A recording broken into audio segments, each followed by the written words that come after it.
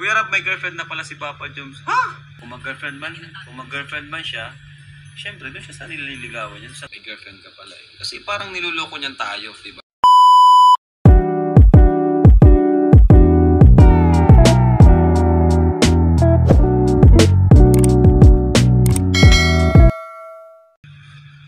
Kuya Rap, may girlfriend na pala si Papa Joms. Ha? Sino nagsabi? Guys, wala pong girlfriend si Papa Joms kasi alam nyo naman po yan. Siya po ay ang breadwinner po sa kanilang family.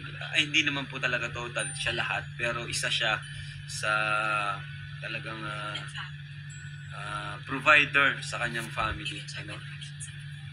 Simula na naging kalingap siya, laking tulong na ng kalingap sa buhay niya. Kasi ano sila, big family sila. Marami pang mas bunso kay Papa Joms. Kaya hindi niya priority ang mag-girlfriend. Kung mag-girlfriend man siya, syempre doon siya sa nililigawan niya, sa gusto niya talaga. Ano? At yun ay walang iba, kundi si Carla. Yan. Kaya wag po kayong mag-isip na si Jomar ay may girlfriend. Yun po. Sana maintindihan nyo. Yun.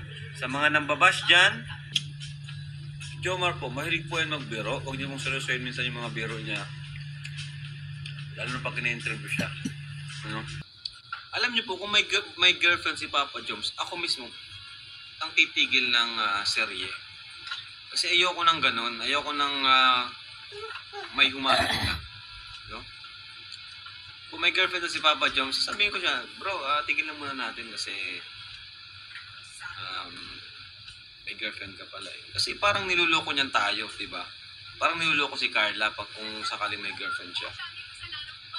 Kaya, huwag po kayo mag-alala, wala po yung jowa si Papa Joms. Magkakajowa lang yan pag sinagot na siya ni Carla.